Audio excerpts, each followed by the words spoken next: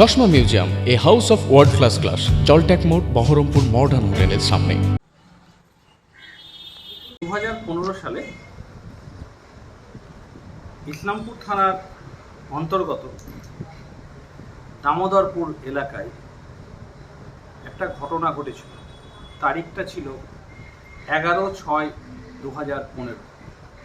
সময়টা ছিল বিকেল 4টে। সেই সময় ওই এলাকার দুটো পরিবারের বাচ্চাদের মধ্যে সামান্য বচসা শুরু হয়। সেই বচসাকে কেন্দ্র করে বড়রা সেই বচসার মধ্যে জড়িয়ে পড়ে এবং সেখানে মুক্তার আলী মণ্ডল, আবু রাইহান মণ্ডল ও একজন মহিলা, তার নাম হচ্ছে মিনারা বিবি, এরা সেই গণ্ডগোলে উপস্থিত হয় এবং গণ্ডগোলটাকে বাড়িয়ে তোলে। সেই সময় নুরুল ইসলাম নামে একজন বয়স্ক মানুষ, সে এসে তাদেরকে গণ্ডগোল থামিয়ে যাওয়ার জন্য অনুরোধ করলে গোটা রাগটা তার উপর পড়ে এবং সে তাকে লোহার রড দিয়ে গুরুতর রক্তাক্ত জখম করে এরা। এবং সেই রক্তাক্ত জখম অবস্থায় যখন সে মাটিতে লুটিয়ে পড়ে, তখন অন্যান্য লোকেরা উপস্থিত হয়, আসামিরা পালিয়ে যায় এবং ওই জখমিকে সাধারণ মানুষ তুলে নিয়ে গিয়ে ইসলামপুর গ্রামীণ হাসপাতালে এবং পরবর্তীতে মুর্শিদাবাদ মেডিকেল কলেজ হাসপাতালে চিকিৎসার জন্য পাঠানো হয়। মুর্শিদাবাদ মেডিকেল কলেজ হাসপাতালেও তার অবস্থা তেমন কোনো উন্নতি না হয় তাকে এনআরএস হসপিটাল কলকাতায় পাঠানো হয়। তারপর প্রায় মাসখানেক ভর্তি থাকার পর সে চিকিৎসারত অবস্থাতেই এনআরএস হাসপাতালে মারা যায়। প্রথমে যেহেতু জখমি মারা গিয়েছিলেন না, সেই কারণে ইসলামপুর থানা এই মামলাটা অ্যাটেম্পট টু মার্ডারের মামলা হিসেবে রুজু করেন এবং তদন্ত শুরু করেন। পরবর্তীকালে জখমি মারা যাওয়ার কারণে এই মামলায় ইসলামপুর থানা 302 ধারা যুক্ত করেন এবং মামলা তদন্ত চলতে থাকে।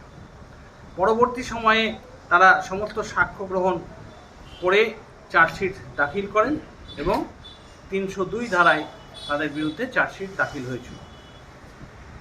গত ইংরেজি 8/11/2016 তারিখে এই মামলার চার্জ গঠিত হয়।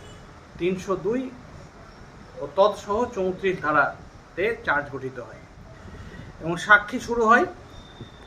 16 জন সাক্ষী এই মামলায় সাক্ষ্য দান করেছেন, তার মধ্যে একজন আয়ো অফ দিস কেস।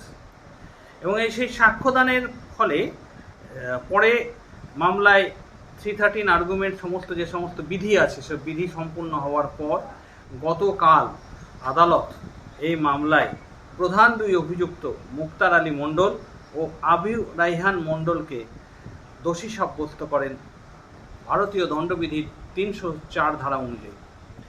এবং মহিলা আসামি যিনি ছিলেন মিনারা বিবি, তাকে বেকসুর খালাস ঘোষণা করে। আজকে এই মামলার সাজা ঘোষণার দিন ছিল।